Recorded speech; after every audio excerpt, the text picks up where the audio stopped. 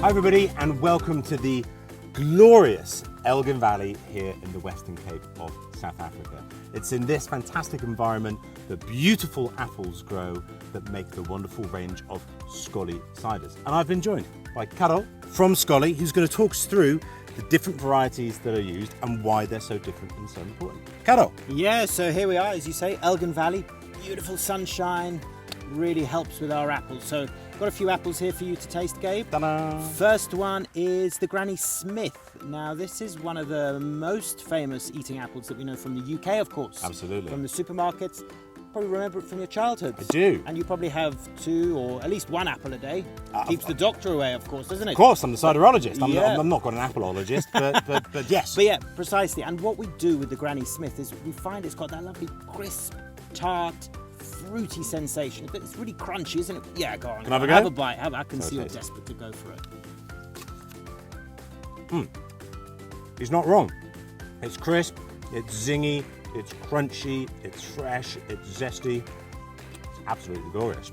Nice one. Yeah, and so else? next in the lineup, this is actually South Africa's most popular fruit. So interesting that it's a little Yeah. bit different to the UK ones, but this is the Golden Delicious. Aha. So Golden Delicious, slightly sweeter. You'll find when you crunch into it, it doesn't have the same degree of crunch as the Granny Smith. It's Yeah. a bit fluffier, a bit more floral. Yeah, we have a go? go on it. Tell us what you think. I can even hear the difference in the crunch, eh? Definitely. It is a little softer, nice light sort of fluffy texture on the inside. Juicy, slightly aromatic, not quite so zingy. But absolutely glorious, amazing. Yeah. Oh, I've got a mouthful. Don't worry, I can keep talking while Absolutely. you finish that off. Yeah, so our final one here What's is... it? Because it's not just apples, is No, it? it's not. It's not. Yeah, so this funny-looking, knobbly fruit Yeah. is called a pack and pear. Okay. And what do we make from pears? We make Perry. Exactly. Yes. So we also make a pack and perry at Xzollie. So when you're out and about, look out for that one with the white cross. Absolutely amazing. Now there's this funny, weird, big orb in the sky, which is providing quite a lot of warmth. We don't really get it so much in England. I think it's called the sun. That's right. And it's really important for the apple growing in this region. It's important for your cider making as well. Can you tell us about that?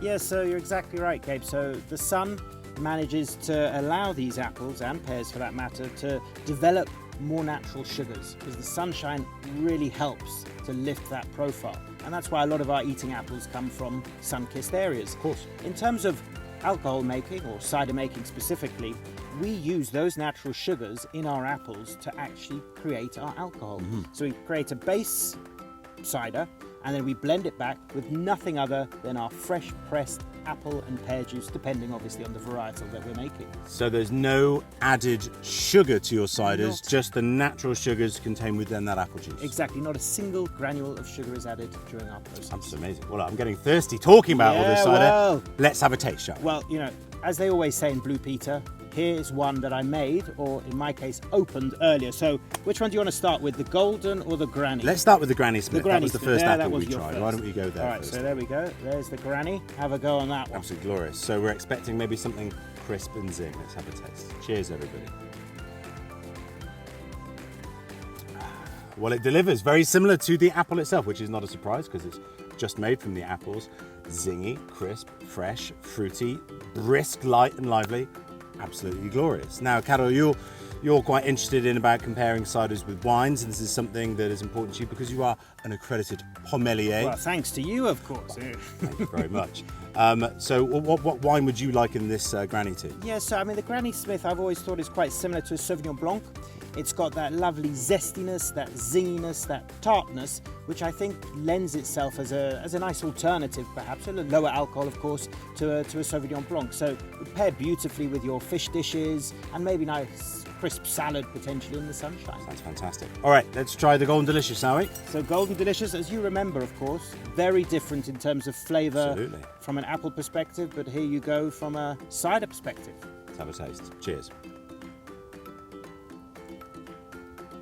And it is quite different. It doesn't, as you would expect, hasn't quite got the zinginess, a little softer, a little more floral, aromatic textures, Really rather glorious. What wine would you say this one was like? Yeah, so more like a Viognier or Gewürztraminer, you know, that kind of more floral, sweeter Yeah. profile, kind of on the off-dry side in terms of wines. Pairs beautifully with your spicy foods.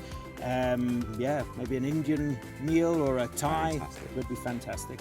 Glorious. Well, Carol, thank you for taking the time to talk us through Pleasure. these amazing apples and pears, these amazing ciders.